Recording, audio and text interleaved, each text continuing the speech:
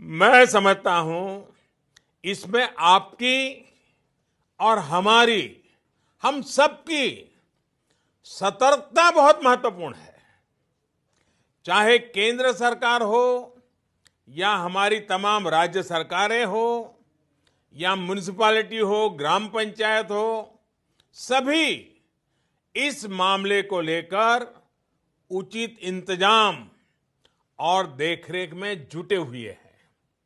हमारे पास कुशल डॉक्टर और medical staff भी है, संसाधन भी है और जागरूक आप जैसे अनेक नागरिक भी हैं।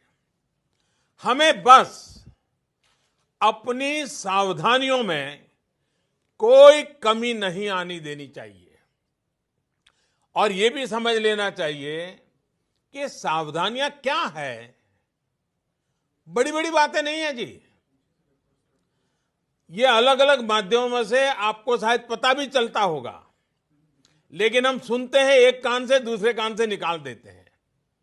मैं फिर से एक बार, जब आपने मुझे पूछा है तो मौका ले लेता हूं और आपके माध्यम से देश के सभी नागरिकों के लिए वो सारी बातें मैं दोहरा रहा हूं और मैं कहता हूं कि आप भी याद रखिए और हर स्कूल में, कॉलेज में, सब जगह पे बताइए।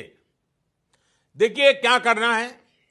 एक तो हमें बिना जरूरत के कहीं इकट्ठा होने से बचना होगा और दूसरा, हमें बार बार जितना हो सके अपने हाथ धोते रहना चाहिए और बराबर सफाई करनी चाहिए।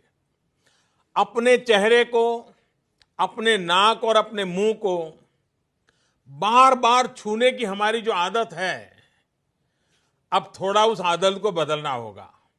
जितना हो सके इस आदत को हमें कंट्रोल करना है और धुले हुए हाथों से ही अपने मुंह को टच करना चाहिए। जानकारों का कहना यह है कि ये खांसते या छींकते समय जो छींटे निकलते हैं, सांस के साथ ऐसे छोटे छोटे छोटे बिंदु निकलते दिखते भी नहीं है, उसमें जो भी संपर्क में आता है उसे ये फैलता है। ऐसे में जिस भी चीज पर ये छींटे गिरते हैं उसमें ये वायरस कई दिनों तक जीवित रह सकता है। इसलिए बार बार साबुन से हाथ धोना बहुत जरूरी है। एक और आदत हमें जरूर डालनी है। अगर खांसी और छींक हमें आती है तो कोशिश यही करनी है कि दूसरों पर इसके छींटे न पड़े और जो कपड़ा या रुमाल हमने छींकने के समय इस्तेमाल किया होता है उसे भी दूसरों के संपर्क में न आने दें। साथियों, जिन जिन लोगों को ये संक्रमण हुआ है उनको तो जरूरी निगरानी में रखा ही जा रहा है, पूरे वॉच में रखा जाता है। लेकिन अगर किसी साथी को शक होता है कि वो किसी संक्रमित साथी के संपर्क में आया है तो उसको बहुत घबराने की जरूरत नहीं है।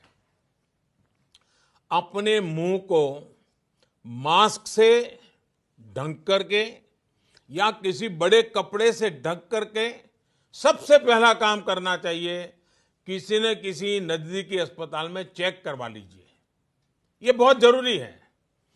परिवार में जो बाकी लोग होते हैं उनको भी इन्फेक्शन होने की आशंका ज्यादा होती है। ऐसे में उनको भी जरूरी टेस्ट करा लेने चाहिए। ऐसे साथियों को मास्क भी पहनने चाहिए, ग्लव्स भी पहनने चाहिए और दूसरों से कुछ दूरी बना करके रहना चाहिए। मास्क पहनना है या नहीं पहनना है, इसे लेकर जानकारों की अलग अलग राय है। लेकिन ध्यान यही रखना है कि खांसते या छींकते समय जो हवा निकलती है उसके साथ जो छोटे छोटे बारीक ड्रॉप्स निकलते हैं, ड्रॉपलेट्स, वो दूसरों पर न जाएं।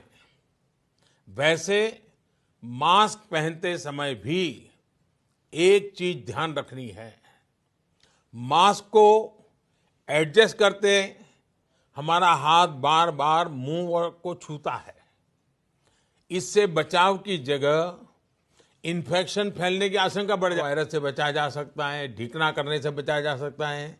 मेरी सभी देशवासियों को प्रार्थना है, मेहरबानी करके इन अफवाहों से भी बचना है। आपको कुछ भी लगता है, जो भी करें, अपने डॉक्टर की सलाह से ही करें। हम स्वयं डॉक्टर न बन जाए। और हां, पूरी दुनिया आजकल नमस्ते की आदत डाल रही है। अगर किसी कारण से हमने ये आदत छोड़ दी है, तो हम भी हाथ मिलाने के बजाय इस आदत को फिर से डालने का भी मैं समझता ये उत्तम समय है। नमस्ते करके ही एक दूसरे को ग्रीट करना चाहिए। तो मुझे विश्वास है कि छोटी छोटी बातें हैं, शायद डॉक्टर लोग भी आपको यही बताएंगे। आप भी सबको यही बताइए। डरने की जरूरत नहीं है, भय पैदा करने की जरूरत नहीं है, अफवाह फैलाने की जरूरत नहीं है। बस इतनी सी चिंता करनी है।